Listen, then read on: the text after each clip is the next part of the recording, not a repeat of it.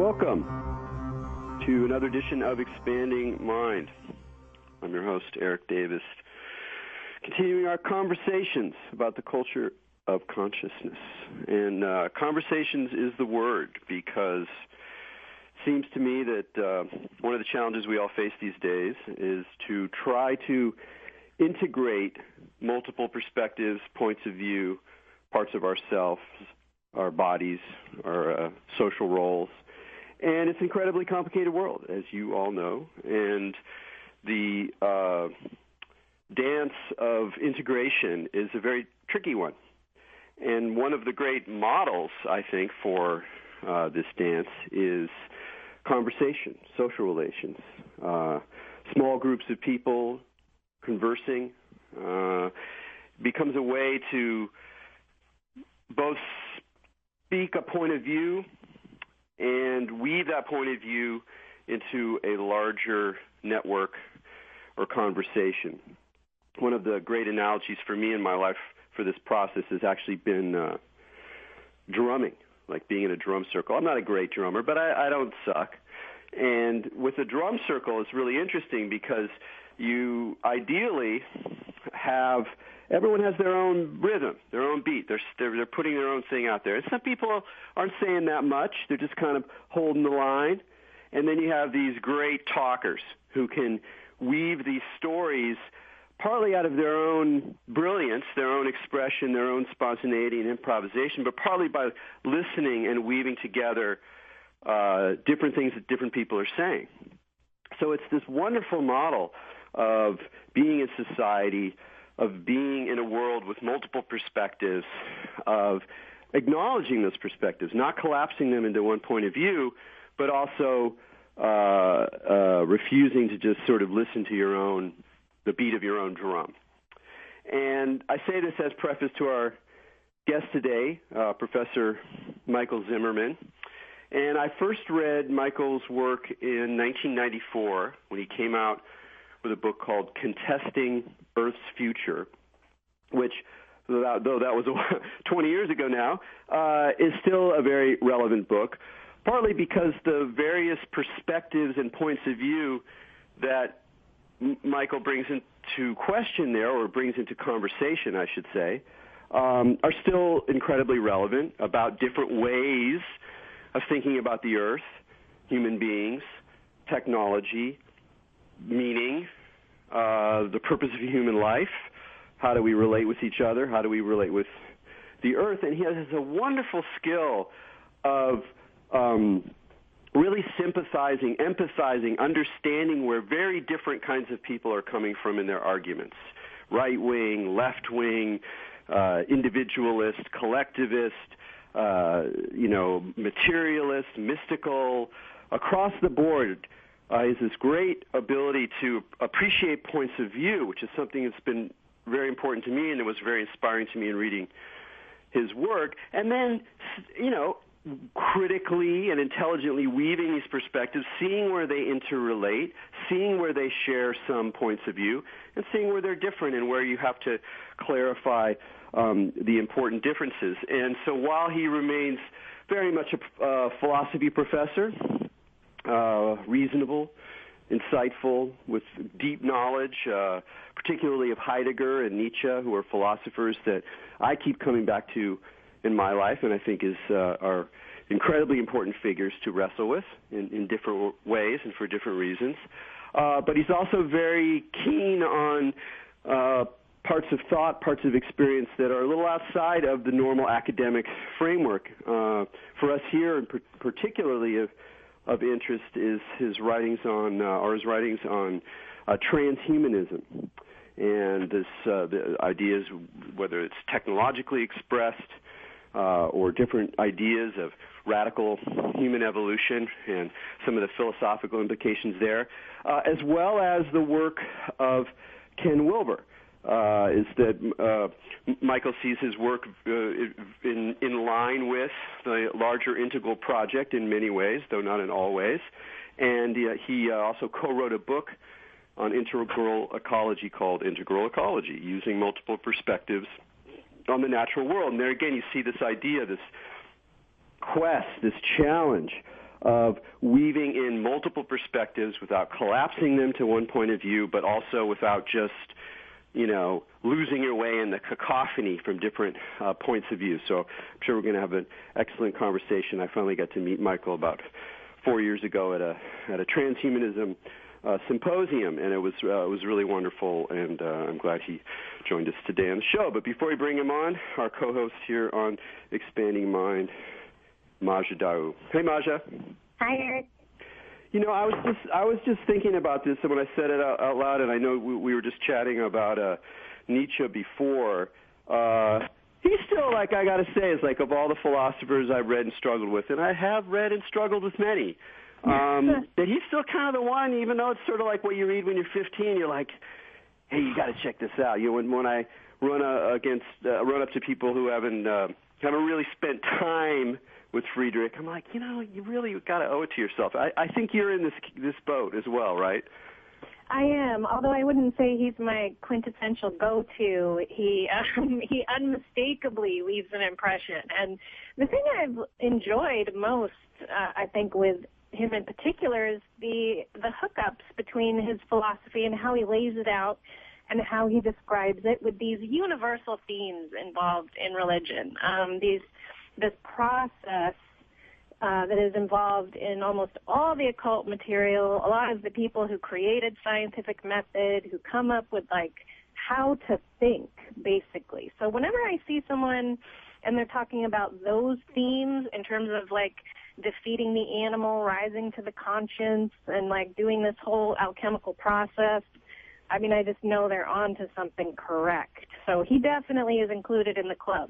Yeah, that's actually a really very insightful point, is that even though Nietzsche himself did not write or talk about what we would think of as esotericism very much, and when he did, he would often make fun of it, that he's a very important thinker for people who are interested in certain aspects of religion or spirituality, but are also not interested in other aspects of it. He spent so much of his life, deconstructing Christian morality, and yet the way he did it was something that was very inspiring to a lot of esotericists. Rudolf Steiner, for example, just absolutely adored Nietzsche, wrote a book about Nietzsche, and so it's kind of funny. So there's this sort of esoteric Nietzsche that's out there as well that does relate to this transhumanist stuff.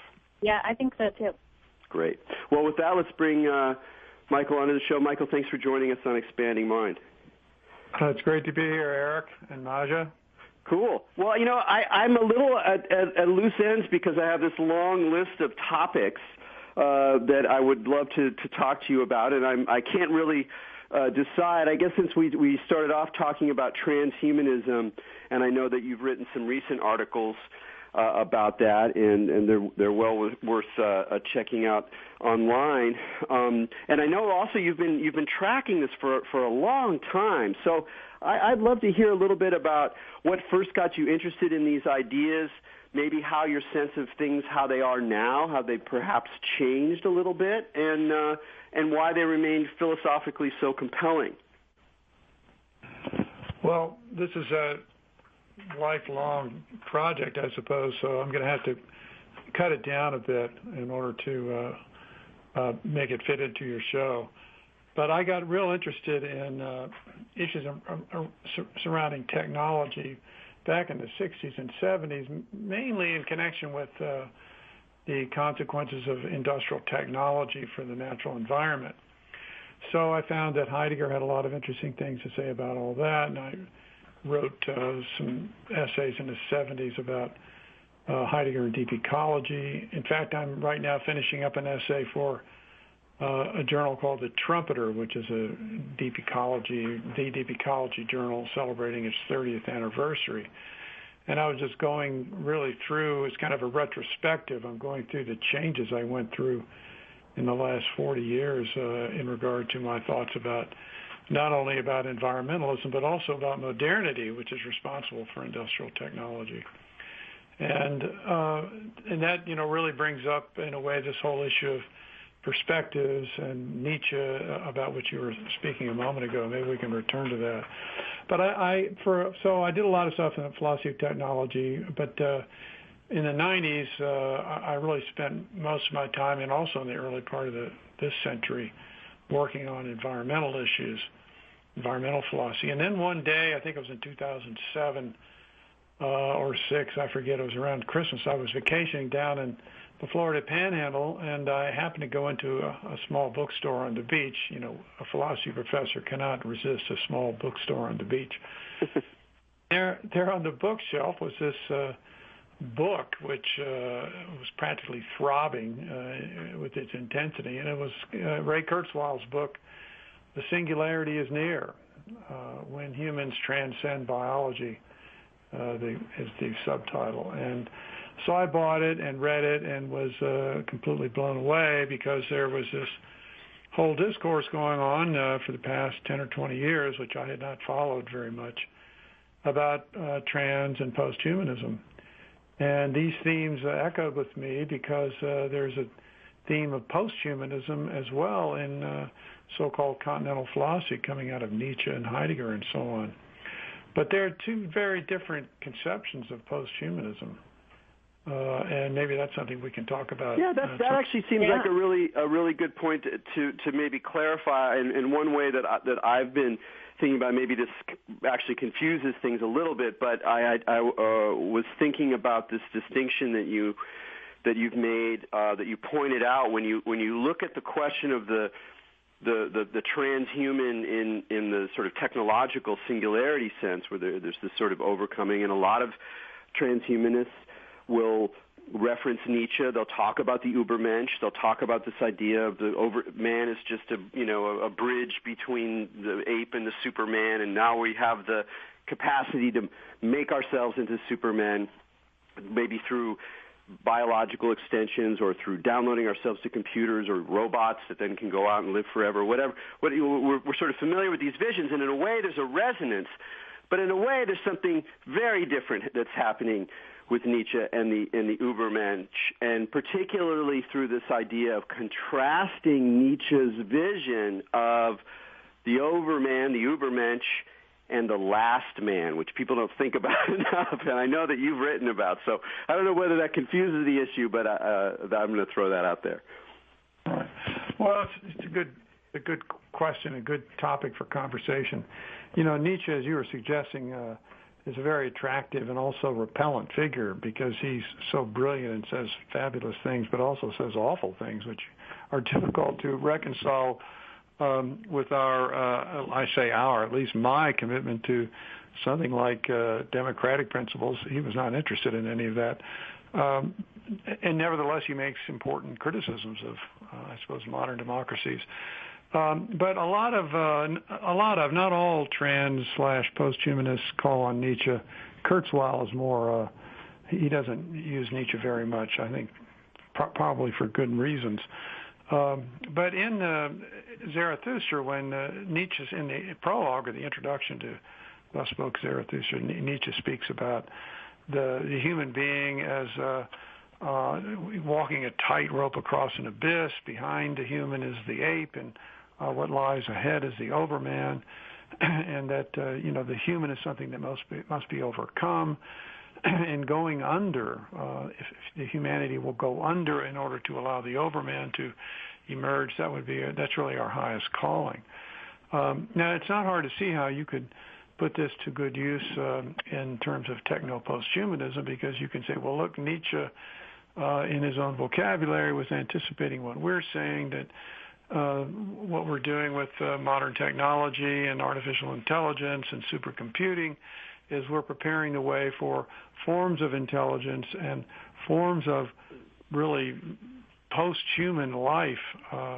That is the next step in cosmic evolution, and we ought to get on board with that. I mean, it's the next great thing.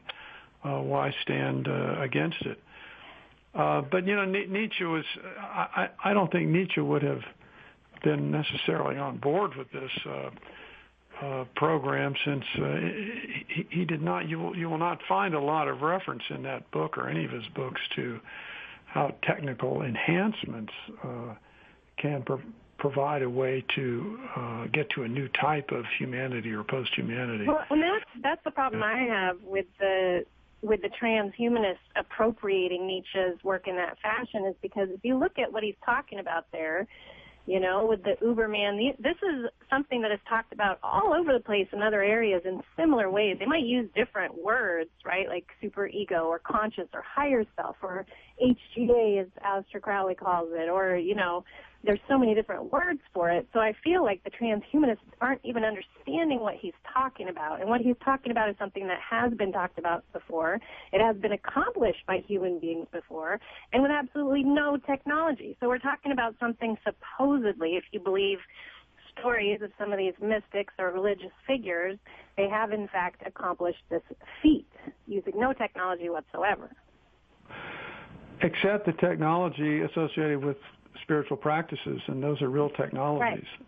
Because That's they don't true. involve machinery, it doesn't mean they're not techniques, and I think that's something to keep in mind. I would also, I would contest your claim that what Nietzsche said, a bunch of other people have already said. I think that there's so many different ways of talking about this, and I'm hesitant to say they're really pointing at the same thing.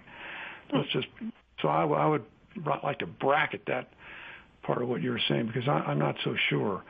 But nevertheless, I think you're right in suggesting that there have been extraordinary human beings. I think of Jesus and Buddha and a number of others, great historical figures. Even Nietzsche continued to respect Jesus to the end,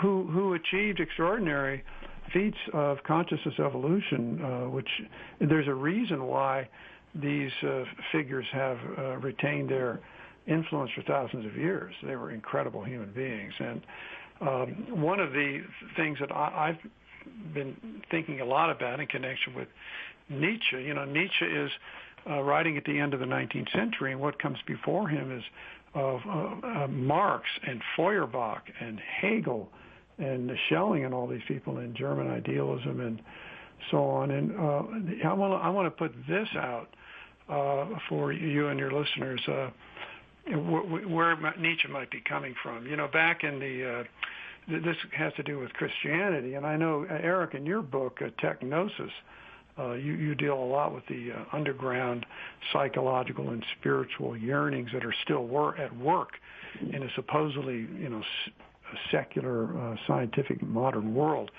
And I think there are these elements at work in trans and posthumanism. They are, as Kurzweil in effect says, these are spiritual. These are spiritual processes. These yearnings are informed by subterranean influences, which are not always up front, in part because the people involved with them, perhaps they lack an understanding of where they're coming from. But let me put it out this way. What does it mean that Jesus Christ became human, that God became man? I mean, this is the big challenge posed by Christianity. And one of the things that one interpretation of this was put forth by St. Athanasius in the 12th century. He says, and this is a great quote, God became man so that man could become God. Now, you know, that is a powerful saying, isn't it? Yeah. Now, what Luther gets this, he picks up on this, and he agrees with this. But his idea of man becoming God really is through God's grace, in effect, allowing us in the new life with rebirth to achieve sisterhood and brotherhood with Christ and therefore with God and so on. He didn't have in mind a technological angle about this. But when you get to Hegel, here's what Hegel says, and this is so decisive, and it really informs the whole of modernity in a way, at least as it coming out of Europe. Hegel was a student of Lutheran theology at Tübingen. That's where he started his collegiate training. And he was a close student of Luther, obviously. And here's the spin he puts on Luther. Look, on Luther's theology, look, when God dies on the cross, when Jesus Christ dies on the cross, what does that mean? It means that the transcendent God is over. There isn't any more transcendent God. God has completely emptied himself into the personhood of Jesus Christ. And that means now we human beings are God in the process of completing his transition to total self-consciousness. That's what human history is about. And that you can see that Marx picking up on this, that for Marx, human beings are God in the making, basically. And this really is a core feature of modernity. It's spelled out more clearly in this German philosophical tradition. Right. And then today we have that with Zizek. He'll make that point, pretty regularly when he waxes religious. He focuses exactly on that point of Christ on the cross and the death of transcendence, and that we're in it. And it's quite a striking view, because there's, regardless of one's orientation or commitment to Christianity, if you adopt this, and it's we can move inside the viewpoint of there's this transcendent God who's controlling history out of history, and we're just moving along here. And then there's this switch, there's this break in the system, and suddenly all it is this. And there's a vertigo to that, this kind of forward vertigo that's both exhilarating and sort of terrifying, that I think really allows us into a much deeper sense about some of the forces that are driving modernity, and even some of the kind of anxieties and utopias that still, or not even necessarily utopias, but just sort of, the visionary possibilities that we are doing this, it can come through us, we can make the future, we can make history, and at the same time a kind of terrible burden and anxiety because there's no safety net, Well, there's no big grown up in the sky. Yeah. If Hegel is right, and Zizek, in his own tantalizing and maddening way, brilliant writer. Talks about. But, think about then, what is Nietzsche then? This whole idea of the Overman. Well, he is part of this. He was the son of a Lutheran minister. He drank deeply from Luther's growing up. And it shapes in some way his vision that what humanity must become something higher, not by going to heaven or not by God intervening, but by becoming what we're capable of being. That deep possibility, I think, is resonant within his thinking, and he's very insistent upon it, although it's very complicated. He doesn't really spell out what the Overman would look like, except indirectly. But think about the significance of Nietzsche. Last year I was on sabbatical, which I spent in New Orleans, eating as many fried oysters as I could find. We spent more than 30 years there at Tulane before moving to Colorado, my wife and I. But so I was reading, as a deep background reading, and discovering the extent to which Nietzsche influenced not only German National Socialism, but also Soviet Marxism. He was a huge presence in the late 19th and early 20th century in Russia, something that I wasn't really very familiar with. And you have the struggle in Europe in the mid-20th century between National Socialism and Soviet Marxism was a duel between competing versions of Nietzsche, arguably. That's wonderful. Just as the Soviets tried to create the Nazis tried to create the Overman, the blonde Aryan type and so on. Well, the Soviets were also trying to create what they call the new Soviet man and woman, each of which had its own valence coming out of Nietzsche. They were both similar and different. Now, if you ever compare the propaganda posters from the 30s and 40s of the Soviets and the Nazis, you'll see they're very similar. There was a lot of similarity. Now, once the genocide of the Nazis was discovered, the extent of it, of course, and also then the Soviet Gulag and the excesses of Stalin and so on. Then this whole project of creating the Superman, and so on, really, went away. It just became an embarrassment. It became politically unpalatable. But what we're seeing now in the late 20th, early 21st century is a reprise of this, only not under any government supervision. There's no one in charge of this. And I would, what I want, I do want your listeners to think about this. When it's been almost 2 years ago, a year and a half ago, Google appointed Ray Kurzweil, its head of engineering at Google, its head chief engineer, and Kurzweil's goal, according to him, for his whole life has been to create artificial intelligence. And the reason he decided to take a job with Google, and as he points out, his first job, because he's always been an inventor and made money on his own, was because they had the computing power to do what he wants. Yeah.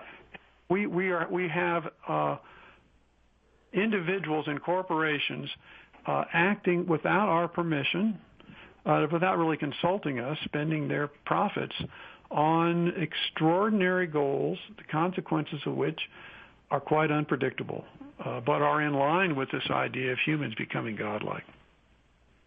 So here's the way that I want to bring in another discourse that also I know that you have spent a lot of time with, is this the kind of transhumanism or evolved humanity that we find in transpersonal psychology, in people who are, through meditation, through psychedelics sometimes, through psychological work, developmental work, are also sort of working under the assumption, the idea that we can make ourselves different, better, clearer, more integrated, more powerful. And this, of course, is a wide range that goes from people who are interested in spiritual insight and sort of, becoming saintly or enlightened, to much more commercial, sort of forceful forms of positive thinking and just, working well in the marketplace and sort of transforming yourself into the ideal, efficient vector of capitalism. So it's a very complex set of impulses, but it's or ideas, but it's still basically driven by the idea that through psychological techniques, through meditative techniques, through programs, through listening to self-help videos, whatever, we can sort of make ourselves better. And there's something about this very American story in some ways. It's also a very ancient story. And Ken Wilber has been, a very important figure in developing an intellectually robust way of integrating different models of development into a vision that also puts forward a kind of post-humanity or a more than human, a kind of leaving behind the sort of neurotic body or the broken ego, endlessly trying to satisfy itself or work through its traumatic delusions. How are these things playing off against each other? Are we looking at a place where the technological transhuman and the psychological transhuman are becoming one and the same? Are these competing models? Do they inform one another? That's my big question for you. Well, it's a really good question, and one I've been thinking a lot about. When you look to our artists, I'm talking chiefly about people who write science fiction or who create science fiction films. Their vision of the future is primarily dystopic. There's very few films, science fiction films or literature out these days, where the future looks great. There's grave concern about the extent to which human beings will screw this up like we screw a lot of other things up. And given the scale of the possible consequences, which including the possible elimination of our species as a result of something we create, then this should give us pause, because I think we look to our artists as people who have some kind of intuitions that are valuable about the future, that intuitions that are not necessarily shared by people involved in the technical communities, although certainly there is some overlap there. I mean, as an example of this, a guy named Robert Gracia wrote a wonderful book a few years ago on what does he call it, apocalyptic AI. And one way he did his research was to go up to Carnegie Mellon Robotics Lab up in Pittsburgh and spent the summer and working with people there. And what he discovered was that a lot of the people in robotics, difficult fields, they have real smart people involved in it, had gotten there because of reading science fiction. In other words, that turned them on, so they decided, well, I want to create some of these critters. But of course, at the same time, science fiction is informed by developments and extrapolations of possible developments in science. So you have a rich interchange going on there. I think one that's enhanced now more than ever. I mean, there's a tremendous amount of interchange between various kinds of artistic creators and scientists. A very interesting moment. But as to the issue of the different forms of yearning for transcendence, I think that's what we're talking about. There's a lot of quackery out there, I suppose, in the self-help world, but there's also some substantial things that I think have been very important. I've benefited from some of these trainings and so on. I think people are in many cases unsatisfied with where they're at, and they want to find a bigger sense of self, a bigger sense of possibility, a deeper way to connect, to make a difference, and so on. I think these are certainly legitimate and praiseworthy yearnings. Historically, they've been expressed in terms of religious traditions. Most religious traditions speak about what we could be if only we weren't burdened by sin of one kind or another. And they speak of the possibility of what we will be in the afterlife. In the 20th and 21st century, people want this to happen in this life.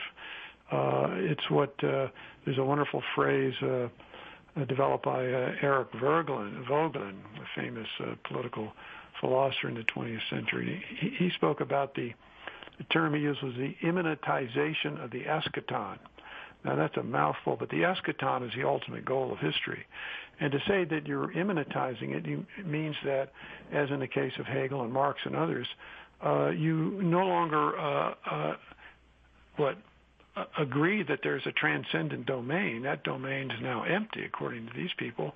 And the only possibility of achieving the ultimate goal of history is immanent to history. It's within history, through our efforts, through our willingness to take risks and to dare great things. That's where the ultimate possibility of our history, perhaps cosmic history, is going to be realized. It's not going to be realized by a transcendent God out there watching what's going on. From the modernist point of view, that's not credible.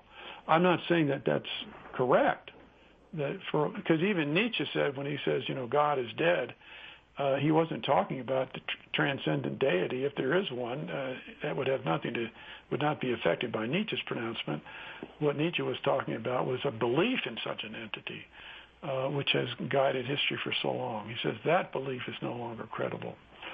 But I think the term I would throw out there is the yearning for transcendence.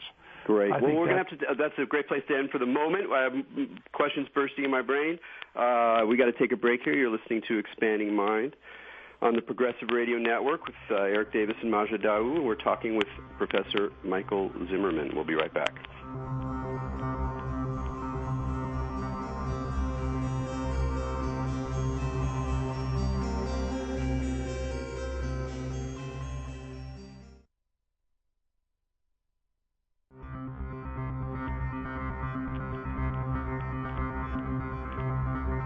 Welcome back to Expanding Mind on the Progressive Radio Network. This is Maja Daou. We're here talking with Erik Davis and Michael Zimmerman, and we're talking about the people we will be after we're no longer these people. So to keep in that theme of that quest for transcendence of whatever this condition is, namely, everyone brings it back to suffering, it seems like, right? If you go through all the things of people wanting to transcend, usually has to do because they're not happy with something. Like you said, they want something better. They want to, they're not really, we're all just a bunch of complainers that suffer, and we want to be superheroes that can do whatever we want all the time. So how would you kind of put this overman as compared to that concept of the last man? Or if we're thinking about like separating these two, even in the post-humanist stuff of the technology version, like there's this idea that in order that we can transcend into something that's like, even though, like you said, God is dead, there is some other thing, like even but above the overman, the dead, there's this other thing too. right? Do you think, how would you compare that with the concept of like the last man idea? Well, you just mentioned a lot of really interesting things. First of all, what Nietzsche meant by the last man was a late 19th century bourgeoisie seeking creature comforts, material well-being, not wanting to be particularly challenged, not liking pain or suffering. This is the heyday of utilitarianism, where the evil is what causes pain and the good is what creates pleasure, and so on. So the last man is the human being more or less taking himself or herself out of the developmental game, saying this is as high as we're going to get. There's nothing higher available to us. And Nietzsche rejects this and says, look, human beings are capable of far more than this. Now, what he's saying there is certainly applicable to us in the early 21st century. I mean, there's our abilities, our capacity for developing new ways to amuse ourselves and to create pleasure for ourselves, really extraordinary. But yet, despite all that, people are still generally unhappy. I'll be turning 68 this summer, and if I in my 20s or 30s, I would have expected by the time I was 68 that I would have my act together and that I would be suffering a lot less. And there's a lot of truth to that. It's better than it was, but I still make mistakes. I realize that using Christian parlance, I'm a sinner basically. I can't get it right. I do things, say things that I wish I didn't say. If I were a Buddhist, I would say I'm still in the grip of greed, hate, and delusion in various ways. And this is really interesting to me, that condition. It's really, I think, the human condition. Good. And it's why I think in many religious traditions, saints are such interesting people, because they're typically, in one sense, sinners. You can look at Milarepa in the Buddhist tradition and others, as well as in Christian saints. I mean, these are people who have had a really hard time getting their act together, and yet they finally broke through. They had some kind of way forward, but it wasn't a real pretty life, typically, in many cases anyway. Usually through suffering, yeah. Yeah, there's all this suffering. I mean, that's the life involves suffering, Buddha says. Now, how do you get out of that? Well, one of the issues I have with AI and those who are in charge of it, I mean, people are typically engineers and scientists and so on, and they have grave concerns about the human body. They want to replace the human body with something far more resilient, capable of, if not immortality, at least of great length of life, and then you'll be able to download into the new model and so on. Well, from a traditional perspective, you can say, well, look, Buddha, one of his famous sayings in Mahayana Buddhism, this body is the very body of the Buddha. The enlightened being does not need a artificial body. This has everything that's required. I think also of feminist criticisms of AI and robotics and so on, the resistance to what looks like a kind of contempt for the body, putting down its organic dimension, all the messiness that goes with a human body and so on, as well as the emotions that go with it, the feelings. The animal part of us, yeah.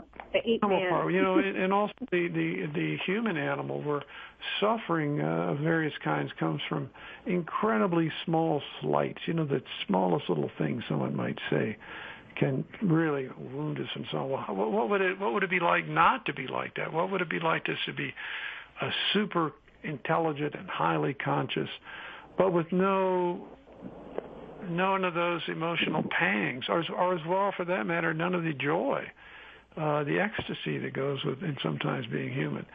Well, it's so interesting, and I wanted to just ask you this too, since you study Buddhism. I don't know if you study a lot of the Taoist material, but in the old Taoist texts, there's a lot of Taoists that claimed to achieve those states of immortality, and the way they recommend, like you said, is you don't have emotions. You go into you get cool. You get rid of all these bothersome things like emotional disruption and possession and all that kind of stuff.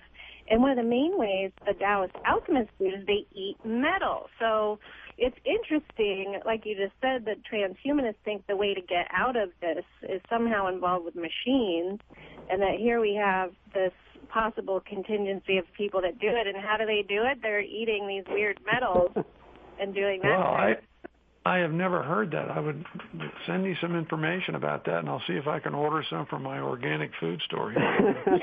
Well, there's another interesting thing that's happening. Just this morning, I was talking to a friend about consciousness hacking, which is sort of a new meme that's coming forward that in some ways is resurrecting ideas and technologies that were very strong in the late 60s and particularly the 1970s in psychology, where it wasn't simply the idea that we could use technology to measure, say, the brain states of meditators or people who are moving into altered states of consciousness or are moving towards or away from undesirable states of hatred or delusion, but who are actually interested in using technology to enhance this. And it's interesting because I think some of the people who are doing it are very, very much overlaid with these more hardcore engineering, robotic, singularity,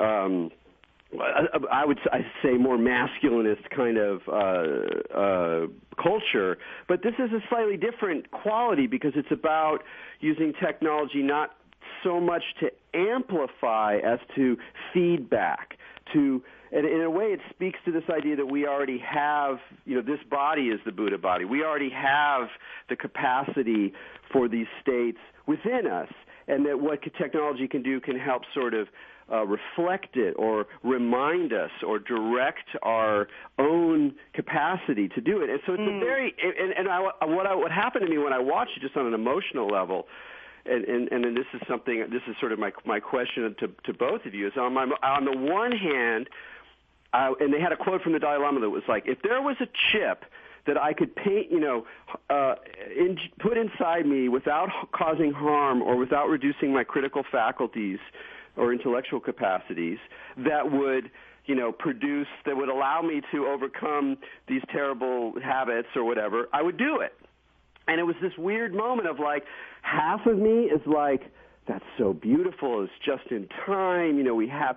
It's not a program. It's like it's helping you bring out this capacities within. And then right next door to that, I have this sort of creepy, dystopian sci-fi mind control, dumbed down Brave New World thing going. And I'm so split about these things. And I bring this up just because I can tell in your work, Michael, that you have a lot of heart for a lot of different aspirations, some of which are very contradictory, and you sort of sense the way that people are striving to come to a better place through whatever way that they're thinking, even if you think there's some serious problems with it. And so I'm really curious how you have come to sort of see this impulse through technology to get to a better place, get to a higher state of being or a more enlightened kind of society. Are you, after all these years, fundamentally more distrustful? Are you cautiously optimistic? Where do you find yourself sort of responding to these ongoing mutation? Well, that's such a good question. I from day to day have kind of different feelings about the whole thing. It is so complicated. I love what the Dalai Lama said. If just because it was he who said it and put it out there, he also said 15, 20 years ago that if something made out of silicon, like a computer, could exhibit consciousness, I mean, that would be okay with him. I mean, he doesn't have any attachment to the organic body as such.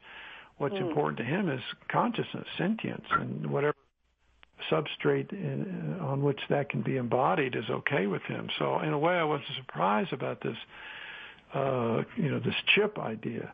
I have thought about this, in connection, we're getting very good, as Ray Kurzweil points out, there's this exponential growth in our ability to gain ever greater resolution of our brain states. And I believe that consciousness and brain states are correlated. I don't think you can reduce one to the other. I think they're fundamentally related, but somehow different at the same time. But as we get better at this, what if we were actually able to discover certain fairly common, almost universal things that go on in the brain, which are correlated with a lot of suffering? All right, now. Well, they did. They're right now. They just funded, I think, like a ridiculous amount of money, the United States government, to develop chips to put in the brains of veterans to reduce PTSD. So they're currently doing what you were just saying. It's the idea is to get rid of the suffering part, which they think that they found, and now they're actually, Eric, making those chips that you were talking about, and the whole auspice surrounding it is to decrease the suffering of the veterans with PTSD. Yeah, I think that's a very interesting development. Obviously, it's full of risk. On the other hand, veterans are full of suffering. And, that reminds me, by the way, I heard on NPR a few years ago, a woman had organized this practice for veterans, especially those suffering in the way you described. And she would have community events in which veterans were introduced, and there was a ritual involved, and the ritual was that those in the community who were present would take upon themselves the sins committed by the soldiers on the behalf of the community. Wow. And that traditionally, apparently this was one way in which the soldiers coming home from war were helped to be healed. Wow. The idea was that you did terrible things for us, and we are equally guilty of the bloodshed. Not your thing. Wow, that's amazing. That's so powerful. Think about it. These guys and gals put themselves out there at terrible risk, and warfare is horrible. There's just no way around it. Bad things happen. And I can see why these people have nightmares and so on. I'm sure I can easily see myself in the same boat. But this is an example, it seems to me, that what I'm talking about now, of how healing can take place without necessarily the chip. I mean, it's almost like the chip is what we are relying on because our understanding of human psychology and our lack of community put together lead to the consequences for these vets that are so terrible. On the other hand, since building community is much harder than building chips, it may be that this is going to be the way to go for a while. But I'm quite interested in that, the possibility of, because to go back to what I said a while back about meditation as a technique, these technical practices that people have been involved with for thousands of years. These practices change the nature of the brain. They alter the neocortex. They alter the way in which the brain operates. Now, these techniques are techniques of intention, of focus, of awareness practice, of sensory deprivation. There's all kinds of things that go on here. But they're every bit as much of a technique as a computer chip. It's just made of something different. So I would hold out that I would not draw a sharp dividing line between these two. Maybe this goes back to your idea of these Taoist masters consuming various kind of metals. But the issue for me is how to change the mind-brain in ways that allow for less suffering and allow for more self-expression, greater creativity, a greater ability to connect emotionally and empathically with others. We're not doing very well with that. Our social institutions are not up to it. The loss of religious belief on the part of many people hasn't really been fundamentally replaced by something that can carry the ball. What are we going to do? I don't have an answer to that. And at the same time, I share with everyone who's worried about the chips. I share their worry. On the other hand, there was a lot of worry about tremendous number of our technological developments that have happened over the centuries, and we can't imagine living without them now. So maybe this is part of the cyborg process. Yeah. Well, that's again why I come back to this difference between a consciousness technology that is sort of top-down, or reprogramming you, or blocking some function from consciousness technologies which encourage feedback, in which they're creating platforms where you're able to get feedback about how you are processing and to learn to change your wiring in relationship to this feedback that you're getting, because we have capacity for tremendous control of things that we're not aware of until we get feedback about them. I mean, that's what, just the studies of biofeedback in the 70s show, you have, and yogis do this. You have a capacity to control, like all of us have capacities to control sphincters we don't even know exist unless we're learn to understand where they are in our body, and you can do that even traditionally, but technology can really help doing that, and that seems like a way in which we are involved with our own cyborging, whereas what gets creepy, of course, is the sense that there's no real autonomy in the process. I know we only have a few, 7 minutes left or something, and it's a whole other topic, but I just feel because of your work, it's important to at least throw out a question about the environment, about nature. And the one I'm thinking of now is, you were talking earlier about that in human history there has been this idea of the transcendent God, that there's something that we need to humble ourselves before, that has a larger claim on things, and that the shift of modernity is like, nope, it's just us, it's only imminent, it's only going to happen through our own processes. And this, of course, becomes very complicated when you think about the environment and how disastrous modernity has been in relationship to this larger matrix that we're dependent on. Some people will say, yes, we need to think of the environment, think of nature as a kind of God, that we have to humble ourselves. We have to be aware that we're limited. We have to,